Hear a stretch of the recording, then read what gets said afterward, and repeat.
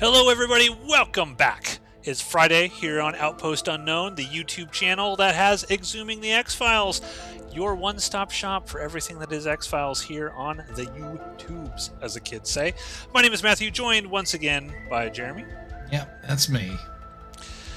And Jeremy, we are bringing back a classic villain from the X-Files. We're talking Episode 8, Season 5, You say it, I can't. KITSUNAGARI!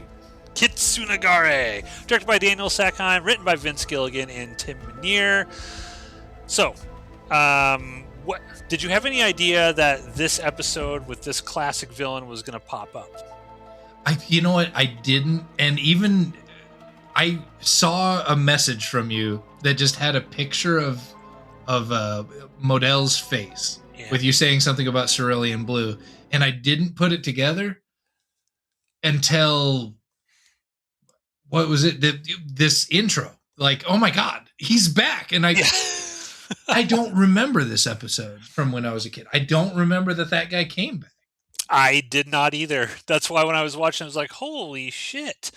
And I was very, very excited because I was like, man, the last episode kind of sucked. We had that sort of disappointing end to the two-parter, as we always do, it seems, on the X-Files. And so when this popped up, I was like, hell yeah.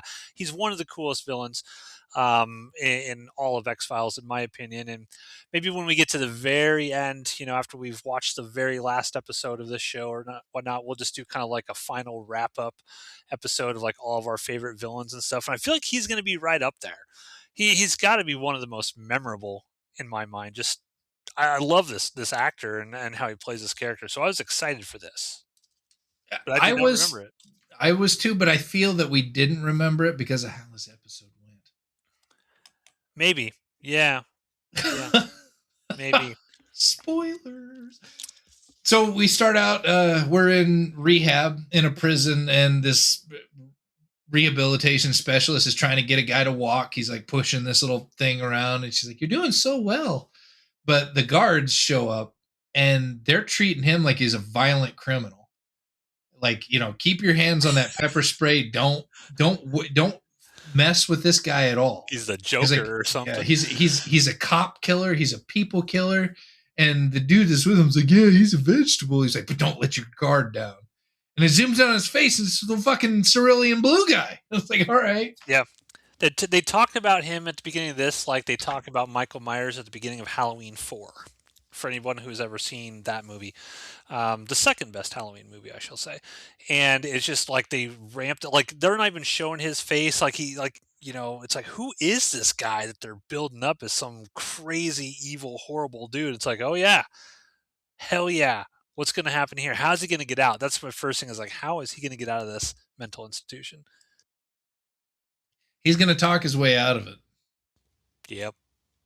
So cuts to the night shift. Of course, the new guy that the old grizzled veteran guard told him not to let his guard down, for no reason at all, goes to check on the restraints of Modell. And as soon as he starts making sure that it's tightened down, he starts getting whispered to.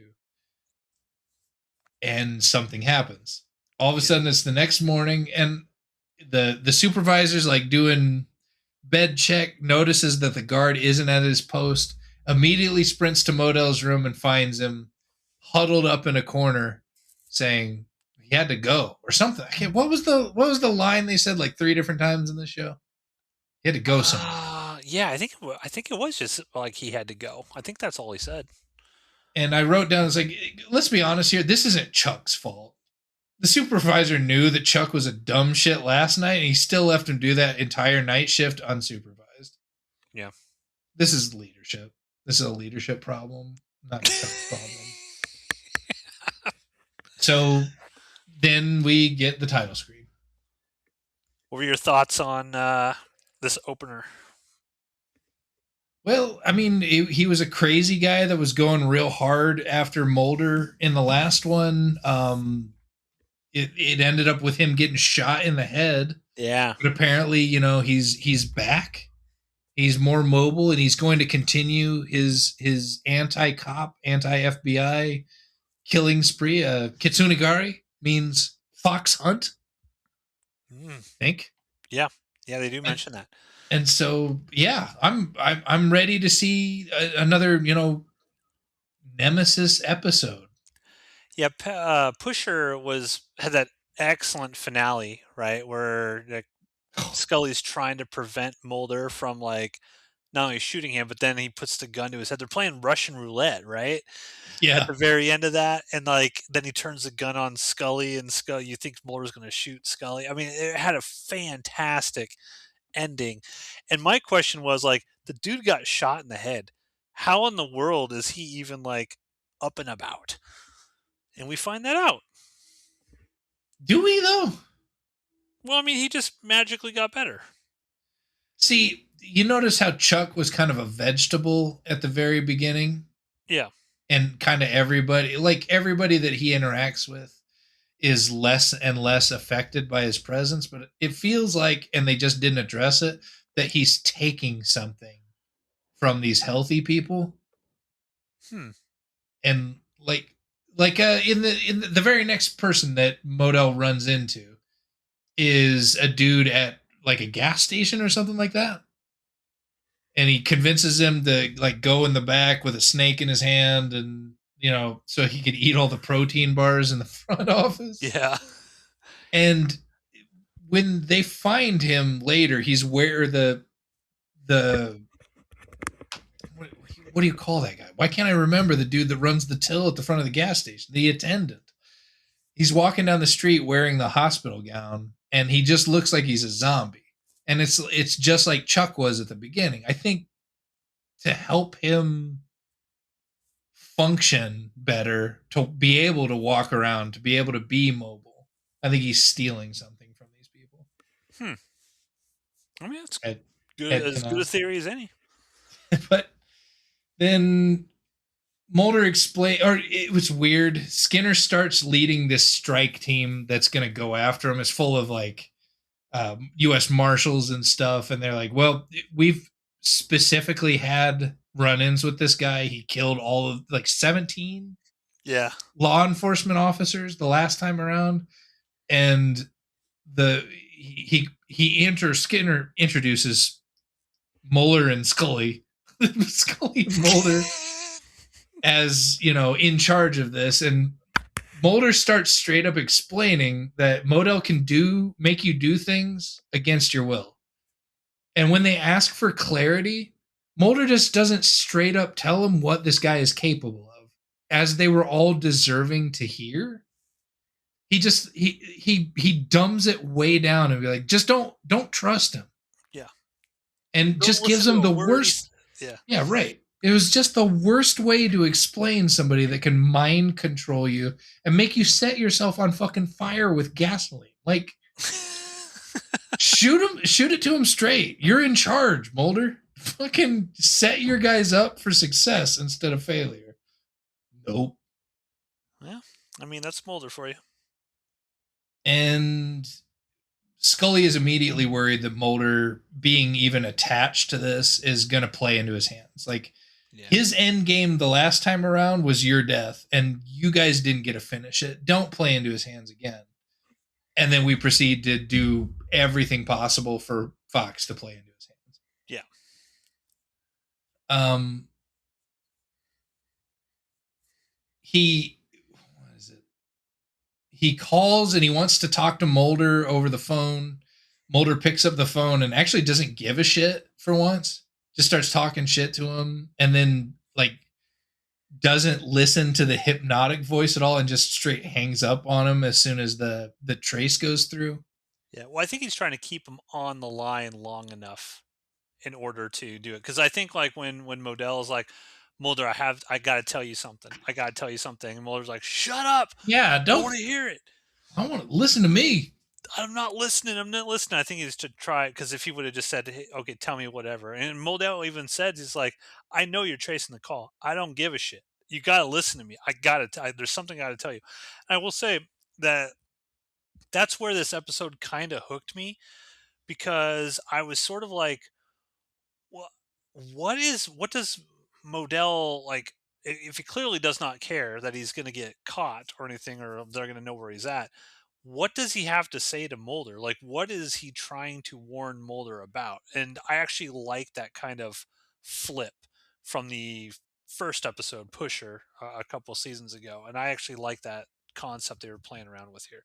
Like, maybe Modell has something, like, he's not trying to fuck with somebody. He's like literally got to tell Mulder something very, very important. It just came across as he wanted to hypnotize him over the phone. That's what I saw No. in that scene.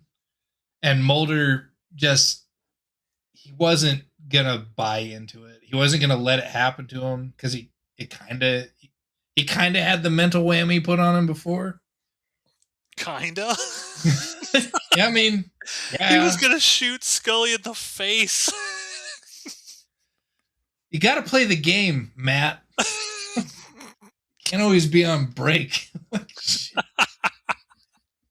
So they find the trace. They go out to the gas station. He finds that he's been consuming protein bars again. Yeah. They see somebody stumbling through the street dressed in the hospital gown because they know that Modell isn't mobile enough, or at least they claim he is multiple times throughout this episode. Yet he gets around just fine. Yeah, he's never really having any problems. But they see him. They go. Mulder just like runs up and just puts his gun into the dude's neck, like "fuck you," and then turns him around, and he's like, he had to go. Yeah, he had to go. So it cuts from there to Modell looking at this MILF, a picture of this MILF blonde, and he's got blue paint on his thumb, and it's this can of cerulean blue paint. And there's this dude that got. Have you ever watched the television show Arrested Development? It doesn't really seem like your style of thing, but maybe. Never. Well, he was blue head to toe. Even his eyeballs, which were open, had blue paint on his eyeballs. It was so awesome. Gnarly. Yeah. It was awesome. I was like, this is so freaking rad. I had never actually seen, and it's not just him. Like the house, there's cerulean blue on the walls, yeah, on the floor, like all over the place, and just the look of that cerulean blue man was very, very cool, very awesome visual. They find that what was all over the walls was Fox Hunter badly or Kitsunagari painted on the walls over and over and over again. The guy that died, and he died from drinking paint, by the way. Yeah, because Scully puts her fingers in his mouth, whatever, and all this blue paint comes right out of it. And we find out that the guy that died's wife is a real estate person, and that she's been booked to go visit this Scooby-Doo property to meet Modell. And Skinner at this point just calls the PD. He's like, I'm not fucking around with this. We just got to get somebody over there as soon as they can. And I'm like, yeah, they're going to send in the local PD instead of the marshals who have had even the weakest of briefings in order to go confront a guy that controls your mind. And I'm like, I bet they won't fuck this up at all. But it's like, wait a minute. Modell just gives himself up, puts his gun down, lays down on the ground. The FBI shows up and finds that it's not Modell laying on the ground. The guy disarmed his cop partner and was holding him at gunpoint long enough for Modell to escape. So this guy, Modell, is such a cool villain. Just in sense of what he can do, and basically he almost kind of manipulates your perception of reality, obviously. But I also love that he's got this very noticeable flaw, and that he has to keep eating energy bars, drinking Red Bulls and shit like that to be able to do any of this. It's not like he's just got omniscient sort of or omnipotent powers that he can do this to everybody. It's like he actually has a weakness when he uses this stuff, but he's just a step ahead of everybody. Love it. Fantastic villain. He's good. And then Mrs. Bowman, who is the wife of the dude that drank the paint, shows up to do this real estate showing on time. even knowing that her husband had died from drinking paint. I wrote that I respect the hustle.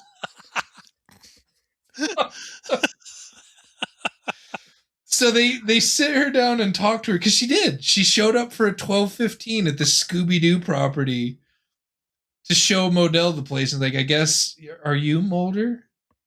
Because he booked it under Fox Mulder's name, Yeah. of course.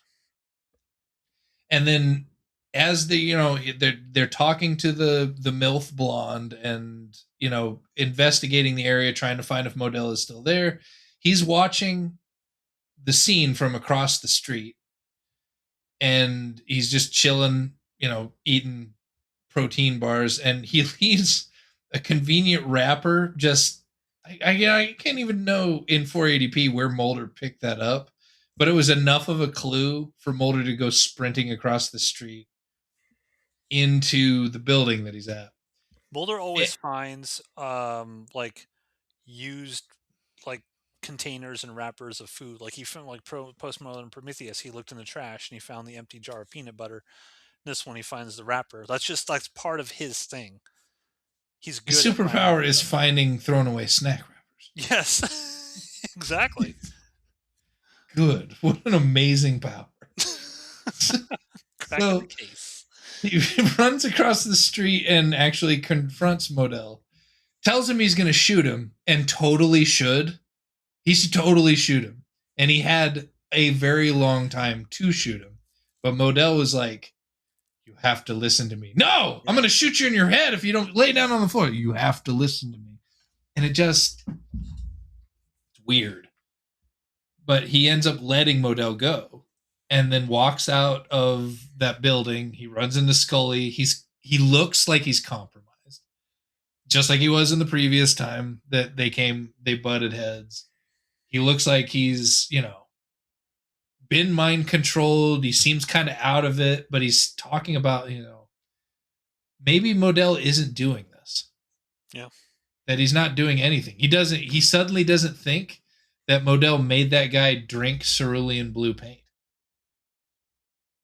Yeah. Then they go question the MILF blonde real estate hustle agent, and Mulder questions her in a kind of a weird way and says something about Nathan, her ex now husband, being true blue, and the lady like agreed with him, and that somehow is enough for Mulder to suspect that it's her. Well, I think Mulder's whole thing in this episode is Modell is a cop killer. Like he kills police officers and law enforcement and stuff like that, but he's not killing any law enforcement officers in this episode when he has the chance to do so. Because like Mulder tells Scully, he's like, why didn't he could have just made me put the gun in my mouth and kill myself when I'm alone in that hallway with them, and he didn't. What is the reason that he didn't? And then when he started talking to MILF, basically he started to ask like weird stuff, and the way she's talking, it's like he says like the language that she's using is not something a normal person would actually say, and that makes him like, clearly since she's not normal, she's the killer. Mulder logic. So, okay, so God, where am I fucking at? Mulder tries to, and then because he's coming up with this wacky ass idea, Skinner suspends him. Like, just give me your badge and your gun. Go that home. was wild, man. And it's funny because like Mulder's actually being very what's the word I'm looking for? Like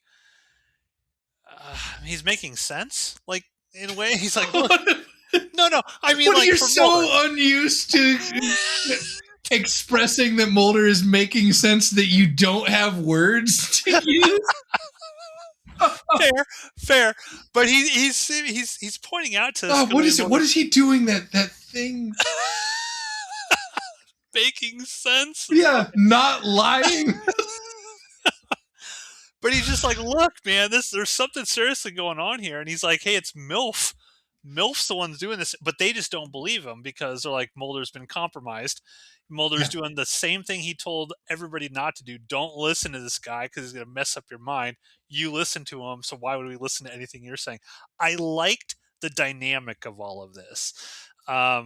Mulder's making sense, and he's not being listened to, and I kind of like that.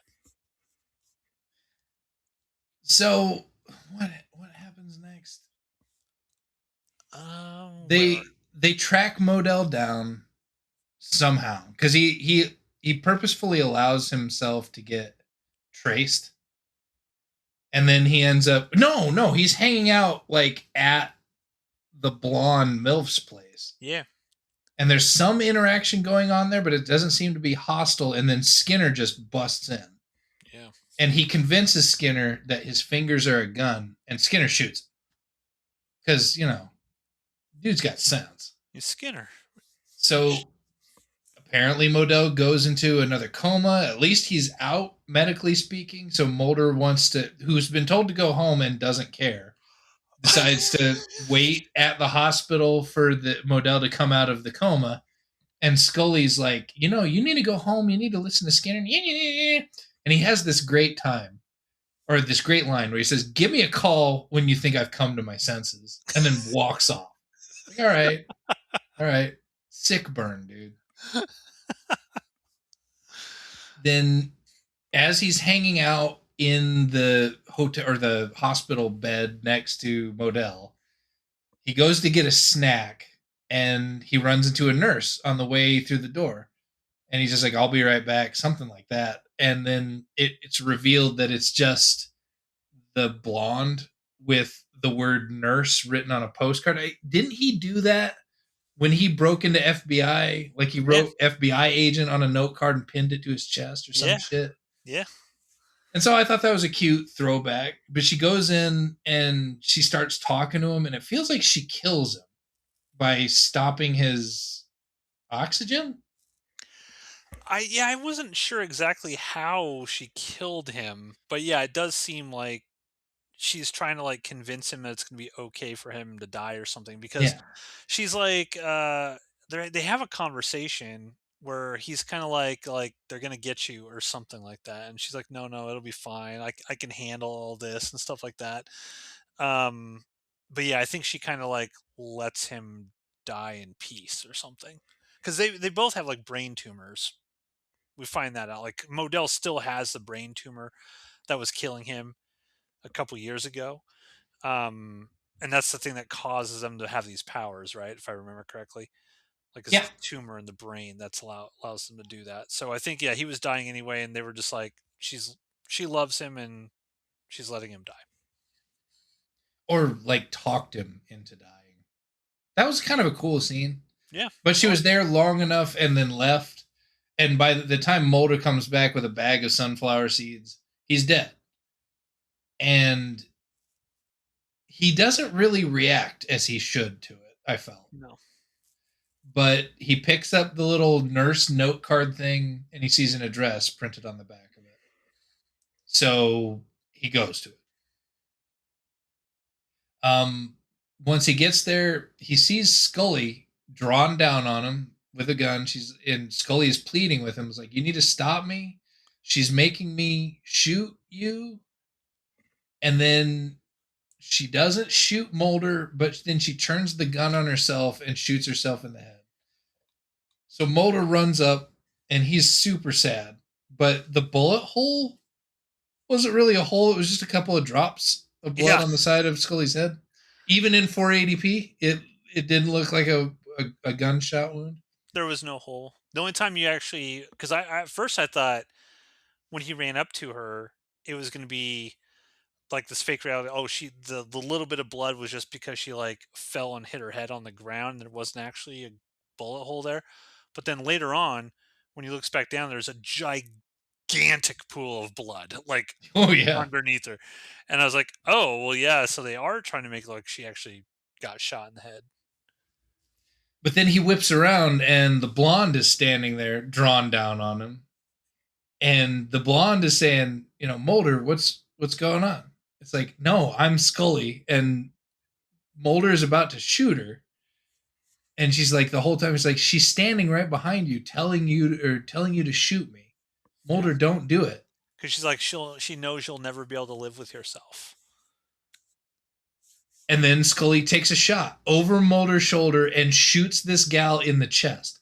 This gal has got to be 7 inches shorter than Mulder is, but somehow doesn't shoot her in the head over the shoulder. Shoots her like in the upper, you know, Yeah. left corner of her chest. I thought that was like what an amazing shot. That bullet just bend right around Well, maybe Mulder. maybe she shot like between Mulder's like inner arm and the side of his body. Like she's that good of a shot and just went right through. So maybe she shot through Mulder.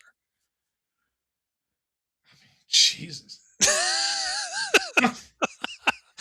I mean, we've seen Scully at the shooting range a couple Fucking times in this show, CIA right? is going to be recruiting her for assassination missions. She's that kind of shot.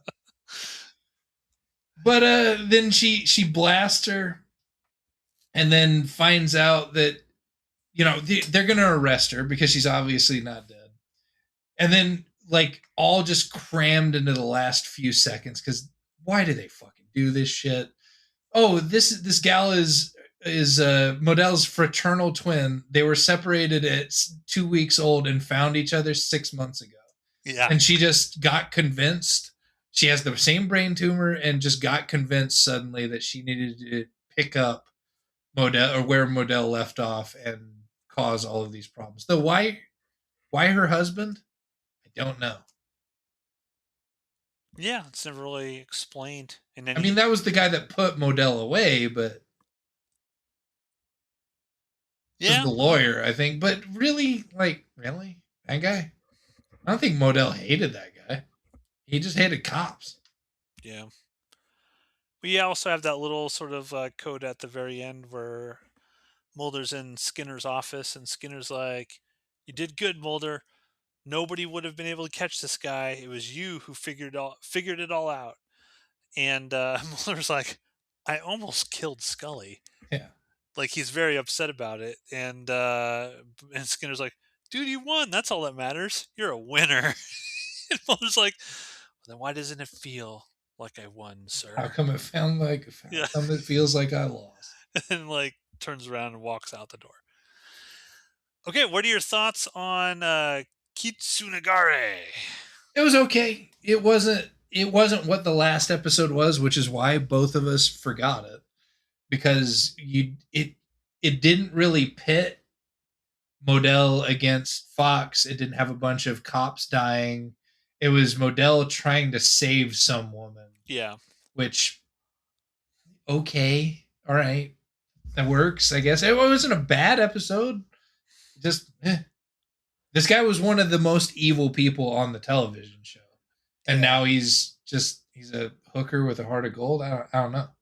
yeah. I think that's my complaint with it as well. Is I was super looking forward to, because I think even Scully mentions at one point in this episode, like he's trying to finish the game that he started with you, Mulder, like Fox Hunt, all of this stuff. So I was really kind of like wanting that sort of final showdown between Modell and Mulder. We don't get it, which kind of is disappointing. On the other hand, I kind of aside from like the pigeonholed, oh, it's his twin, and I met her 6 months ago, in like the last 30 seconds of the episode, Yeah. I I did like the concept that there was another person who had this same power and that could do this and was kind of affecting people as well. I like that concept. I still like the ending of this where, Mulder's, you know, got a gun on MILF, but it's actually Scully. And, it's like obviously we're watching this, we know Scully's not actually dead, that she didn't shoot herself in the head. But I still think that it was well executed in the sense of like David Duchovny actually did a little bit of acting there. I gotta give him credit where credit's due. We give him shit a lot of times for how kind of like milk toast he is as an actor, but like when he thinks like Scully got shot in the head, he's pretty broken up about it. And then when he sees MILF, he always says, "I'm going to shoot someone," but he never actually does. Like that He was the does. second time. He didn't shoot Modell when he had the chance, and he claimed he was going to shoot him, and he doesn't. Didn't shoot the MILF when he said he was going to do it either. But overall, I thought David Duchovny's acting was above average in this episode. So yeah, I think I didn't hate it. It was. I wonder how this would play if I watched this one back to back with Pusher. If it would be better or worse as sort of like a more complete sort of back to back story, like a an hour and a half quote unquote movie or something. I don't think it's going to be the stretchy eating liver guy back to back. I Oh, think those two sweet. back to back would be awesome. I don't think that this would hold up as well. That's fair. That's fair. You're probably right on that. Um, so what do you guys think? Leave a message down below. Did this one was this one as good as Pusher? Did you like it as much as Pusher? Is it better or worse? Leave a comment down below. Fun facts about this episode. The episode was written by Tim Minear and Vince Gilligan and directed by Daniel Sackheim. Minear's original idea for the episode involved a convicted criminal who happened to be an atheist. While in prison, he would have heard the quote, voice of God, unquote, commanding him to kill a truly evil man. The prisoner would have then escaped, with only Mulder believing that he was working for the greater good. Minear noted that, quote, I pitched it and I was going to do it eventually until we found ourselves at a point in the year when we needed a script really fast, unquote. Executive producer Frank Spotnitz suggested that the convicted atheist be replaced with Robert Modell from the third season episode Pusher. Minear thus put aside the Word of God story, as it was called, and worked with Gilligan to write the final script. Robert Wisden, who had played Modell in the original episode, was rehired for this episode, and Dana Scarwood was chosen to play Modell's sister. The scenes taking place at the Lorton Penitentiary cafeteria were actually filmed at a former hospital storage facility. In order to dress the set, the structure had to be cleared of aged detritus and garbage. This required the destruction of several large sump pumps, which were jackhammered into smithereens. The body of Nathan Bowman, Linda's husband, was created by drenching an in-house dummy with the correct shade of paint. The episode's title, KITSUNAGARI, is a Japanese term meaning fox hunting. The series hired 2 Japanese translators to produce the proper Japanese translation of the phrase and its associated kanji glyph, due to the fact that fox hunting is not a pre-existing term in the Japanese language. So there you go, everybody. Overall, I mean, I think we always watch, you just generally record 4 episodes at a time unless we're on a death march. I thought, generally speaking, this is a pretty good batch of 4. Yeah. But we're almost halfway through the season already, which is kind of crazy. Again, there's only 20 episodes in season 5. So we'll be back next Friday, everybody, with episode 9. So hit that like and subscribe. Come back to listen to more Exhuming the X-Files here on the Outpost Unknown YouTube channel. Thanks for listening.